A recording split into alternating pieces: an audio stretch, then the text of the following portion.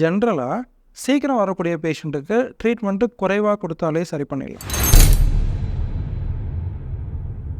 You are suspected to have cancer. Not every rice is a cancer.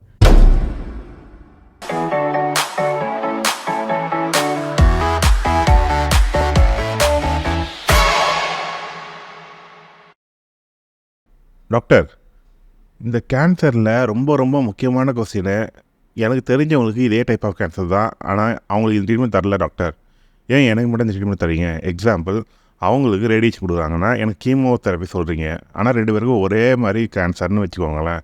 ஏன் இப்படி?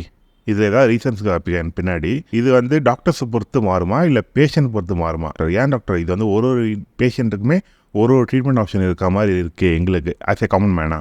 So basically நீங்கள் என்ன புரிஞ்சுக்கிறேன் அப்படின்னா, 2 பேருக்கு ஒரே கேன்சர் இருக்குது அப்படின்னா, லெட்டஸ் சே பிரெஸ்ட் கேன்சர்னு எடுத்துக்கோங்களேன். 2 பேருக்கு ஒரே கேன்சர் இருந்தால் ஏன் ஒரு பேஷண்ட்டுக்கு ஃபஸ்ட்டு சர்ஜரி பண்ணுறீங்க, இன்னொரு பேஷண்ட்டுக்கு ஃபஸ்ட்டு கீமோதெரப்பி கொடுக்குறீங்க? இந்த கன்ஃபியூஷன் தான் நீங்கள் கேட்குறீங்கன்னு நினைக்கிறேன். கரெக்டாக? ஸோ இது எதை வச்சு டிட்டர்மின் பண்ணுறோம் அப்படின்னா, எவ்ரி இண்டிவிஜுவல் அவங்க ஹாஸ்பிட்டலுக்குள்ளே வரும்போது கேன்சர் டயக்னோஸ் பண்ண பிறகு அவங்க உடம்புல இருக்கிற டிசீஸ் பர்டன் என்ன அப்படின்னு பார்ப்போம். டிசீஸ் பர்டன்னா எவ்வளோ தூரம் இந்த கேன்சர் ஸ்ப்ரெட் ஆகிருக்கு, எங்கெங்கெல்லாம் இருக்குது, எவ்வளோ சைஸில் இருக்குன்றதை பார்ப்போம். ஸோ 2 பேர் பார்க்கும்போது 2 பேருக்கும் ஒரே மாதிரி டிசீஸ் பர்டன் இருக்காது. ஒருத்தருக்கு கேன்சர் குறைவாகவும் ஒருத்தருக்கு கூடவும் இருக்க வாய்ப்புகள் இருக்குது. ஒரே கேன்சராக இருக்கும், இவங்க சீக்கிரம் வந்திருப்பாங்க, இவங்க லேட்டாக வந்திருப்பாங்க. அப்போ என்ன ஆகும்னா, ஜென்ரலாக சீக்கிரம் வரக்கூடிய பேஷண்ட்டுக்கு ட்ரீட்மெண்ட்டு குறைவாக கொடுத்தாலே சரி பண்ணிடலாம். இப்போ ஃபார் எக்ஸாம்பிள் பிரெஸ்ட் கேன்சர்னு வராங்கன்னா, நிறைய பேஷண்ட்டுக்கு ஏர்லி ஸ்டேஜில் வெறும் சர்ஜரி மட்டும் பண்ணிவிட்டு மேற்கொண்டு சில பேஷண்ட்டுக்கு கீமோ கூட அவாய்ட் பண்ணக்கூடிய சுச்சுவேஷன்லாம் நம்ம பார்த்துருக்கோம். அந்த மாதிரி பேஷண்ட்டுக்கு சர்ஜரி பண்ணி பேஷண்ட்டு நல்லா இருக்கீங்கன்னு சொல்லி செக்கப்புக்கு அனுப்பிச்சிடுவோம். இன்னொரு பேஷண்ட், அதே பிரெஸ்ட் கேன்சர் பேஷண்ட் தான், பக்கத்துலேயே தான் உட்காந்துருப்பாங்க. அவங்க பார்த்தீங்கன்னா 3rd ஸ்டேஜில் வந்திருப்பாங்க. அப்போ அவங்களுக்கு ஆல்ரெடி கேன்சர் ஆரம்பித்து பக்கத்தில் அடுத்தடுத்துக்கு போக ஆரம்பிச்சிருச்சுன்னு அர்த்தம். இவங்களுக்கு எப்படி சர்ஜரி மட்டும் பண்ணால் சரியாகும்? இந்த பேஷண்ட்டுக்கு இப்போ வேறு ட்ரீட்மெண்ட் தானே கொடுத்தாகணும். ஏன்னா இவங்க உடம்புல இருக்கிற கேன்சர் வால்யூம் பேர்டன் கூட இருக்கு இல்லையா? ஸோ அந்த பேஷண்ட்டுக்கு என்ன பண்ணுவோன்னா, பேஷண்ட் இன்வெஸ்டிகேஷன்லாம் முடிச்சுட்டு நீங்கள் கீமோக்கு போங்கவா அப்படின்னு சொல்லிவிட்டு ஒரு 3 மாதத்துக்கு கீமோ போடுவோம். கீமோதெரப்பி போட்டுட்டு சைஸ் எல்லாம் சின்னதாக்கிட்டு அதுக்கப்புறமா நம்ம சர்ஜரி பண்ணுவோம். ஸோ இந்த டிஃப்ரென்ஸ்க்கான ரீசனை இவங்களும் பிரெஸ்ட் கேன்சர் இவங்களும் பிரெஸ்ட் கேன்சர்னு பார்த்தா புரியாது. இவங்க ஃபஸ்ட்டு ஸ்டேஜ் பிரெஸ்ட் கேன்சர், இவங்க 3rd ஸ்டேஜ் பிரெஸ்ட் கேன்சர்ன்றதை பார்த்தா இந்த டிஃப்ரென்ஸ் ஏன் அப்படின்றது புரிஞ்சிடும். இப்போ நிறைய டைம் என்ன பண்ணிக்குவோம், உங்களுக்கு என்னங்க எடுத்தோடனே சர்ஜரி பண்ணிட்டாங்க, எனக்கு வெறும் இன்ஜெக்ஷனாக போட்டுட்ருக்காங்க, எப்போங்க சர்ஜரி பண்ண போகிறாங்க அப்படின்ட்டு பேஷண்ட் என்ன நினச்சிருவாங்கன்னா, ட்ரீட்மெண்ட் சரியில்லை, டாக்டர் எதாவது தெரியாமல் பண்ணிகிட்டு இருக்காரு, இல்லை அவரை மட்டும் நல்லா வைத்தியம் பண்ணுறாரு, எனக்கு மட்டும் வேறு மாதிரி வைத்தியம் பண்ணுறாருலாம் யோசிக்கிற பேஷண்ட்லாம் இருக்கா. ஸோ அது ரீசன் என்ன அப்படின்னா, டிஃப்ரெண்ட்டான டிசீஸ் ஃபேக்டர்ஸ் தான். ஸோ இந்த மாதிரி டிசீஸ் பேர்டன் சொல்லலாம், அதாவது ஸ்டேஜ்னு சொல்லுவோம். அதுக்கப்புறம் அந்த டியூமருடைய பிஹேவியரை நம்ம பயாலஜிக்கல் மெத்தட்ஸ் வச்சு கண்டுபிடிச்சிக்கலாம், ரிசப்டார் ஸ்டேட்டஸ் வச்சு, ஜீன் ஸ்டடீஸ் வச்சு கண்டுபிடிச்சிக்கலாம். இது எல்லாமே எதை டினோட் பண்ணுதுன்னா, உங்கள் பர்டிகுலர் கேன்சர் என்ன மாதிரி பிஹேவ் பண்ணுறதுக்கான சான்சஸ் இருக்குது அப்படின்றத நம்ம பின் பாயிண்ட் பண்ணி சொல்லிட முடியும். இது சொன்னதுக்கப்புறம் இவங்களுக்கு என்ன பண்ணால் க்யூர் ஆகும், இவங்களுக்கு என்ன பண்ணால் க்யூர் ஆகுன்றது 2 பேருக்கும் மாறும். So this is why same cancer, different patients will have different treatment. Both have the same purpose, it is to achieve the cure. ஓ, அப்படியே டாக்டர். அதாவது கேன்சர் எப்போ வருதுன்னு முக்கியம் இல்லை, நம்ம எப்போ போய் டாக்டரை பார்க்குறது தான் முக்கியம். எக்ஸாக்ட்லி. எவ்வளோ நாளில் உள்ளே வரீங்கன்றது தான் முக்கியம். ஆக்சுவலாக ஒரு கேன்சர்னு வந்துட்டா ஏன் இவ்வளோ டெஸ்ட் கொடுக்குறீங்க டாக்டர்? எம்ஆர்ஐ, சிடி, எக்ஸ்ரே என்னென்னமோ சொல்கிறீங்க, ஏன் இவ்வளோ டெஸ்ட்டு முக்கியம்? ஓகே, எதுக்கு ஒரு ஸ்கேன் பண்ண பார்த்தாதா, எதுக்கு 2 ஸ்கேன்? ஸோ என்ன சொல்லுவோம் அப்படின்னா, when we order an investigation, அந்த இன்வெஸ்டிகேஷனோட நோக்கம் ஸ்டெப் பை ஸ்டெப்பாக போகும். இப்போ ஒருத்தர் பெரிய கட்டியோட ஒரு பிரெஸ்ட் கேன்சர் பேஷண்ட் வராங்க அப்படின்னா, ஃபஸ்ட்டு நம்ம என்ன யோசிப்போம்னா, ஏடா கட்டி இவ்வளோ பெருசாக இருக்கே, ஒருவேளை இது ஸ்ப்ரெட்டாக இருக்குமோ அப்படின்றது தான் ஃபஸ்ட்டு பார்ப்போம். அந்த ஃபஸ்ட்டு பார்க்குறதுக்கு என்னென்ன செக் பண்ணுவோம், பிரெயின், லிவர், போனெல்லாம் நல்லா இருக்கான்றதை செக் பண்ணுவோம். ஸோ அதுக்காக பண்ண வேண்டிய ஸ்கேனு வேறு மாதிரி ஸ்கேனாக இருக்கும். அது பண்ணி பார்த்துட்டு இன்கேஸ் அதில் எங்கேயும் ஸ்ப்ரெட் ஆகலைன்னா அடுத்த ஸ்டெப் என்ன பண்ணுவோம்னா, இதை ஆப்ரேட் பண்ணணும். இப்போ ஆப்ரேட் பண்ணும்போது இது லோக்கலாக இந்த இடத்துல எவ்வளோ தூரம் எங்கெங்கெல்லாம் பரவி இருக்குது அப்படின்றத நம்ம தெரிஞ்சிக்க வேண்டி வரும். அதுக்கு நீங்கள் ஏற்கனவே பண்ண சிடி ஸ்கேன் ஹெல்ப் பண்ணாது. அப்போ ப்ராபப்ளி ஒரு எம்ஆர்ஐ நமக்கு ஹெல்ப் பண்ணும். ஸோ அதுக்காக பண்ணுறது எம்ஆர்ஐ. ஸோ நம்ம இன்வெஸ்டிகேட் பண்ணும்போது எப்படி போவோம்னா, ஃபஸ்ட்டு இன்வெஸ்டிகேஷன் லோ காஸ்ட்டாக, அந்த இன்வெஸ்டிகேஷன் லோ காஸ்ட் இன்வெஸ்டிகேஷன்லேயே நம்ம என்னென்ன ட்ரீட்மெண்ட்டுன்றதை ஃபைன் டியூன் பண்ணிடுவோம். அதுக்கப்புறம் அடுத்தடுத்த இன்வெஸ்டிகேஷன் பண்ண போகிற ட்ரீட்மெண்ட்டை எஃபிஷியண்ட்டாக பண்ணுறதுக்கு ஆர்டர் பண்ணுற இன்வெஸ்டிகேஷன். ஸோ அது அடுத்தடுத்து போகிறது கொஞ்சம் காஸ்ட்லியாக இருக்கும். ஸோ இதான் இதோடைய நோக்கம். டாக்டர், பெட் சிட்டின்னு ஒன்று கொடுக்குறீங்க, அது எது டாக்டர்? ப்ரைட்டாக இருக்கும். நிறைய பேஷண்ட் அதை பார்த்துட்டு அந்த பெட் சிட்டி படத்தில் நார்மலாகவே சும்மாவே அது பிரெயின் வந்து பிரைட்டாக தான் இருக்கும். அதை பார்த்துட்டு ஐயோ நமக்கு பிரெயினில் ஏதோ பிரச்சனை நினச்சிட்டு தான் வருவாங்க. இன்னும் சில பேர் உல்ட்டாவாக யோசிப்பாங்க, பிரெயின்லாம் நல்லா பிரைட்டாக இருக்குது டாக்டர், அந்த லங்ஸ் தான் பாருங்கள் ரொம்ப இருட்டாக இருக்குது அப்படின்ட்டா கேட்குற பேஷண்ட்லாம் இருக்காங்க. So what you should understand is PET-CT அப்படிங்கிறது ஃபங்க்ஷனல் இமேஜிங் அப்படின்னு சொல்லுவோம். ஃபங்க்ஷனல் இமேஜிங் அப்படின்னா இப்போ சிடி ஸ்கேன் எடுத்துக்கோங்க. சிடி ஸ்கேன் எல்லாருக்கும் தெரியும். சிடி ஸ்கேன் என்ன பண்ணும் அப்படின்னா உங்கள் உடம்புல எந்த உறுப்பு என்ன சைஸில் என்ன டென்சிட்டியில் இருக்குது அப்படின்றத சொல்லும். ஸோ சைஸு சொல்லும், ஷேப்பு சொல்லும், அதோடைய டென்சிட்டி சொல்லும். ஸோ இது மட்டும் பத்தாது. சில சமயம் என்ன ஆகும்னா கட்டி எதுவும் தெரியாமல் நார்மல் சைஸ்லேயே தான் இருக்கும், ஆனால் அதுக்குள்ளே கேன்சர் செல் இருக்கும். அது வந்து சைஸ் நார்மலாக இருக்குன்றதால அதை சிடி ஸ்கேனில் வச்சு நம்ம கேன்சர் இருக்குன்னு நம்ம தெரிஞ்சிக்க முடியாது. அந்த மாதிரி பேஷண்ட்ஸில் ஐடென்டிஃபை பண்ணுறதுக்காக தான் இந்த பெட் ஸ்கேன் அப்படின்றது வருது. இந்த பெட் ஸ்கேன் என்ன பண்ணோன்னா ஒரு மெடிசன் உள்ளே கொடுத்துட்டு கொஞ்சம் நேரம் கழித்து அந்த மெடிசன் உடம்பு ஃபுல்லாக போன பிறகு நம்ம ஒரு ஸ்கேன் பண்ணுவோம். அந்த மெடிசனுடைய தன்மை என்ன அப்படின்னா உடம்புல எங்கெங்கெல்லாம் பிளட் ஃப்ளோ நிறையா இருக்கோ அந்த இடத்துலலாம் இது போய் அக்யூமுலேட் ஆகிக்கும். ஸோ ஜென்ரலாக பிளட் ஃப்ளோ அக்யூமுலேட் ஆகுறது அப்படின்னா நார்மல் பாடி பர்ஃபியூஷனை தாண்டி அக்யூமுலேட் ஆகுது அப்படின்னா கேன்சர் இருந்தால் அக்யூமுலேட் ஆகும், இல்லை ஏதாவது இன்ஃபெக்ஷன் இருந்தால் அக்யூமுலேட் ஆகும். ஸோ இந்த மாதிரி இடங்கள் பிரைட்டாக தெரியும். இப்போ பிரைட்டாக தெரியும் போது நம்ம என்ன பண்ணுவோம், ப்ராபப்ளி இது கேன்சருக்கான பாசிபிலிட்டிஸ் இருக்கா அப்படின்றத நம்ம எடுத்துப்போம். பிரைட்டாக தெரிகிற எல்லாம் கேன்சர் கிடையாது. That is what I'm saying. இப்போ வந்து பிரெயினில் வந்து நார்மலாகவே ஹை பிளட் ஃப்ளோ இருக்கும், அது நார்மலாகவே அது பிரைட்டாக தான் தெரியும்.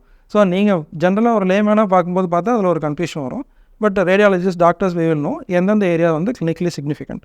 ஸோ இதில் என்ன இம்பார்ட்டண்ட் அப்படின்னா சைஸ் பெருசாகாமல் வீக்கமாக இல்லாமல் ஆனால் கேன்சராக இருக்குது சின்ன சைஸாக இருக்குதுன்னா கூட பெட் ஸ்கேனில் நம்ம கண்டுபிடிக்கிறதுக்கான வாய்ப்புகள் அதிகம். அதனால தான் நிறைய டைம் என்ன பண்ணுவோம், சிடி ஸ்கேன் நார்மல் வரும், பெட் ஸ்கேன் பண்ணோம்னா சின்னதாக ஒரு நாடியூல் இருக்குது அப்படின்றத ஐடென்டிஃபை பண்ணுவோம். ஸோ அதை என்ன பண்ணுவோம், நம்மளை ட்ரீட்மெண்ட்டை இன்னும் எஃபிஷியண்ட்டாக கொடுக்குறதுக்கு நமக்கு ஹெல்ப் பண்ணுவோம்.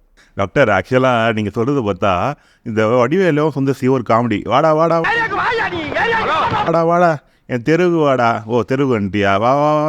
அதே கேன்சர் எங்கே இருந்தாலும் விட போகிறதில்ல, தேடி கண்டுபிடிக்க போகிறோம், அதை ஒரு வழி பண்ண போகிறோம். இதுதான் பர்பஸ். ஓ டாக்டர் இதெல்லாம் எனக்கு புரியுது. ஆனால் இந்த பிளட் டெஸ்ட்னு ஒன்று எடுக்கிறீங்களே, ஏன்? ரைட். பிளட் டெஸ்ட்டில் என்ன தான் பார்ப்பீங்க இப்போ கேன்சரை பற்றி? அது பிளட் டெஸ்ட்டில் என்ன தெரியும்? இந்த சிடி ஸ்கேனு இதெல்லாம் எடுக்கிறீங்க, அது ஓகே.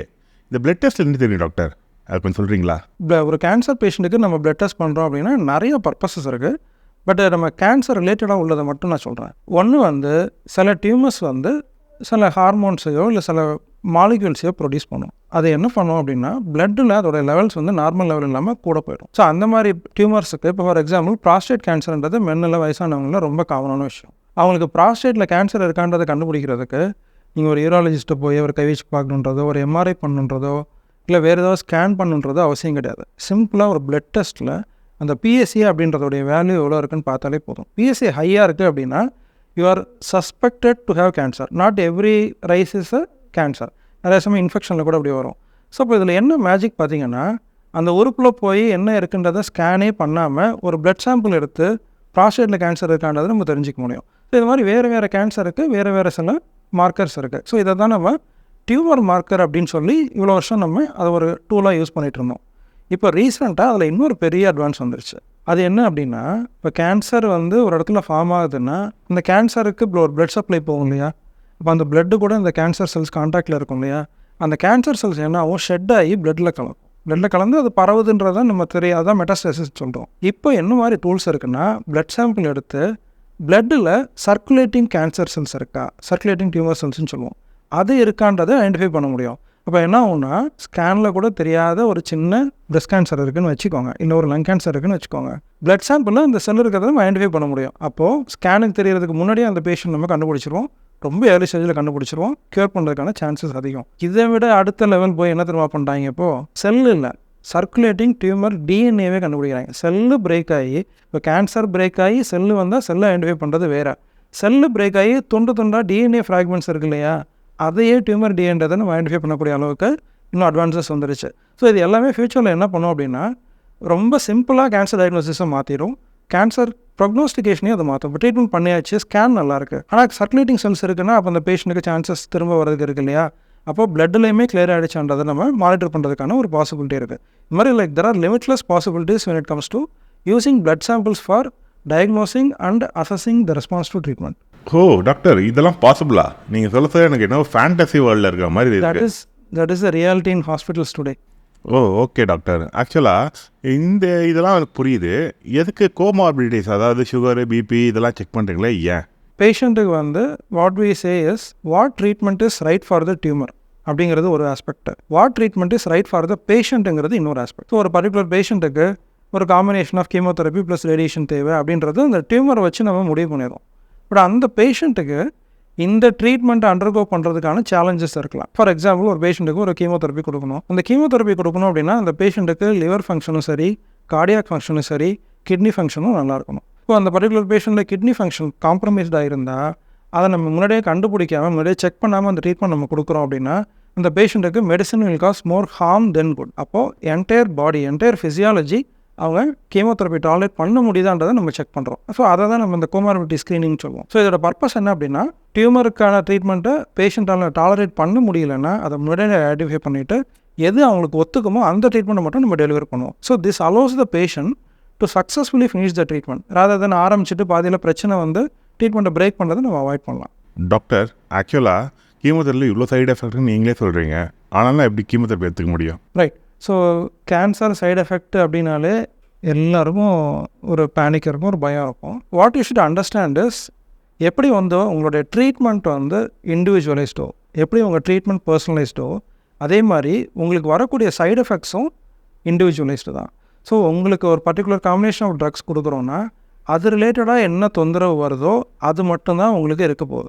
ஃபார் எக்ஸாம்பிள் நிறைய பேர் என்ன நினச்சிக்குவாங்க, கீமோதெரப்பி கொடுத்தா முடி கொட்டும் அப்படின்றது நிறைய பேருக்கு இருக்கிற ஒரு பயம்.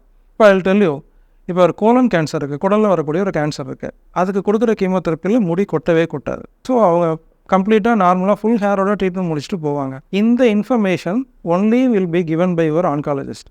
நீங்கள் இன்னொரு பேஷண்ட் கிட்ட பேசிங்கன்னா எனக்கு கேன்சர்னு ஊசி போட்டாங்கடி முடி கொட்டிடுச்சு தான் அவங்க சொல்லுவாங்க. அவங்களுக்கு பிரெஸ்ட் கேன்சருக்கு போட்டிருப்போம், இல்லை ஓவரியன் கேன்சருக்கு போட்டிருப்போம். உங்களுக்கு போடுறது குடலில் வரக்கூடிய கேன்சர். இதுக்கு கொடுக்க வேண்டிய மருந்து வேறு, இதோடைய சைடு எஃபெக்ட் வேறு. ஹேர் லாஸ் வராது. நான் லைட்டாக பார்த்தீங்கன்னா விரலில் கொஞ்சம் டிங்லிங் சென்சேஷன் இருக்கும், ஒரு 2 மாதம் 3 மாதத்துக்கு இருக்கும். ஸோ இது மாதிரி சைடு எஃபெக்ட் ப்ரொஃபைல் மாறிக்கிட்டே இருக்கும். ஏன் இதை சொல்கிறேன் அப்படின்னா நிறைய டைம் பேஷண்ட் பயப்படுறது தனக்கு வர்ற சைடு எஃபெக்ட் நினச்சி கிடையாது, யாருக்கோ அந்த சைடு எஃபெக்ட் நினச்சி தான் பயப்படுறாங்க. This is why it is important you should know what your side effects are. அதுக்கப்புறம் அதை எப்படி ப்ரிப்பேர் பண்ணுறது, அதை எப்படி டேக்கிள் பண்ணுறது. And majority of the side effects are short term manageable. So இது புரிஞ்சாலே நீங்கள் பயப்படாமல் நீங்கள் ட்ரீட்மெண்ட்டை சக்ஸஸ்ஃபுல்லாக முடிக்க முடியும். ஆனால் நான் ஒன்று ஒத்துக்கவே மாட்டேன் டாக்டர். பேஷண்ட் வந்து இன்னொரு பேஷண்ட் பார்த்து பயப்படு டாக்டர்.